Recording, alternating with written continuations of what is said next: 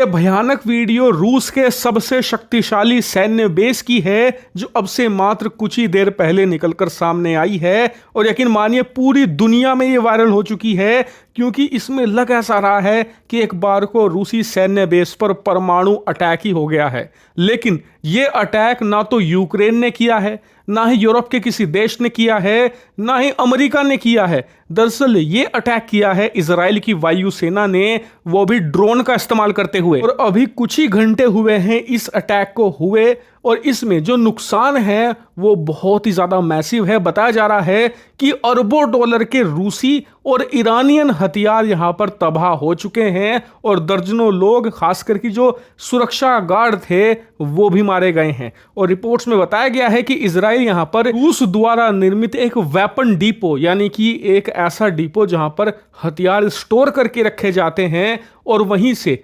सेनाओं में बांटे भी जाते हैं, उसी डिपो पर अटैक करना चाहता था जिसमें वो सफल हुआ। आपको ये एक्सप्लोजन भी इसलिए ज्यादा बड़ा लग रहा है क्योंकि भले ही इजराइल ने एक छोटी सी मिसाइल से हमला किया, लेकिन जो आग लगी उस मिसाइल की वजह से उसकी चपेट में पूरा वेपन डिपो आ गया और पूरी तरीके से वो नष्ट भी हो गया। हालांकि अभी हमला हुए मुश्किल से 5 घंटे हुए हैं, इसीलिए अभी तक ये नहीं पता लग पाया है कि रूस के जो सैनिक तैनात थे हजारों की संख्या में इस एयरबेस पर, उनमें से कोई मरा है या फिर रूस के जो लड़ाकू विमान हैं, बॉम्बर्स हैं, परमाणु हथियार भी हो सकते हैं, क्या उन्हें डैमेज पहुंचा है। इस पर रूस ने अभी कोई क्लैरिटी नहीं दी है। कल तक ही हमें इसके बारे में पता लग पाएगा। लेकिन आपका सवाल होगा कि यार इजराइल क्या पागल हो गया है कि बाकी के जो अरब देश हैं उन पर अटैक करते करते अब रूस पर ही हमला कर दिया। क्या यहां पर रूस का कोई मकसद था या फिर उसने सिर्फ और सिर्फ खुन्नस में रूस पर अटैक किया? तो देखिए, यहां पर ना तो खुन्नस की बात है ना ही बदला लेने की। इजराइल कभी भी कोई भी अटैक ऐसे ही नहीं करता, उसके पीछे एक कारण होता है। यहां पर भी कारण है। दरअसल रूस का जो सबसे शक्तिशाली सैन्य बेस है आउटसाइड रशिया, यानी कि रूस के बाहर, इनका जो सबसे शक्तिशाली बेस है वो सीरिया के अंदर लताकिया में है, जिसे कि हमाम कहते हैं।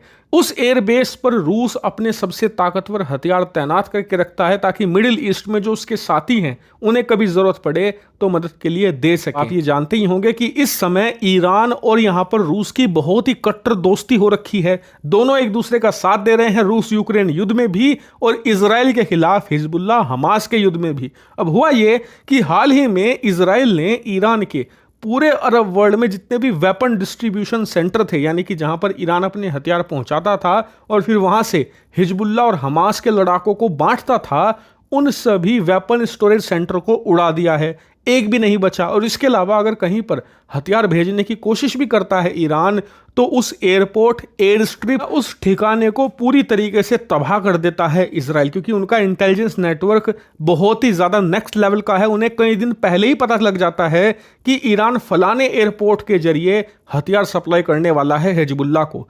इसीलिए ईरान बहुत ज्यादा परेशान हो गया कि कैसे हथियार भेजे जाए हिजबुल्लाह को। इसीलिए उन्होंने रूस से मदद मांगी। आपका सीरिया में एक एयर बेस है और सीरिया की सीमा लेबनान के साथ भी लगी हुई है जहां पर हिजबुल्लाह है, और इजराइल के साथ भी जहां पर हमास है। ऐसे में आपके एयर बेस पर इजराइल हमला करने की हिम्मत नहीं करेगा। इसीलिए हम अपने एयरप्लेन्स के जरिए हथियार भरकर आपके एयरबेस पर उतारेंगे और फिर वहीं के पास में एक वेपन स्टोरेज सेंटर या फिर एक वेपन डिपो बना लेंगे जहां पर हथियार उतार कर रख दिया करेंगे और फिर वहीं से हिजबुल्लाह के लड़ाकों को दे दिया करेंगे। रूस को ईरान की यह बात माननी पड़ी और उन्होंने कह दिया कि ठीक है, आप हमारा जो एयरबेस है उसे इस्तेमाल कर सकते हैं हिजबुल्लाह और हमास को हथियार सप्लाई करने के लिए। और ऐसा क्यों किया गया? क्योंकि पिछले 1 साल से यूक्रेन युद्ध में रूस बुरी तरीके से पिछड़ा है और इसीलिए यूक्रेन के ड्रोन वारफेयर का मुकाबला करने के लिए इन्होंने ईरान से सैकड़ों नहीं हजारों की संख्या में ड्रोन लिए हैं। इसके अलावा मिसाइलों से मदद करी है ईरान ने रूस की, और अन्य हथियार भी सप्लाई किए हैं जब जब जरूरत पड़ी है। क्योंकि जियोपॉलिटिक्स का रूल है कि आप अगर हमसे कुछ ले रहे हैं तो हम भी आपसे कुछ लेंगे और आपको देना पड़ेगा।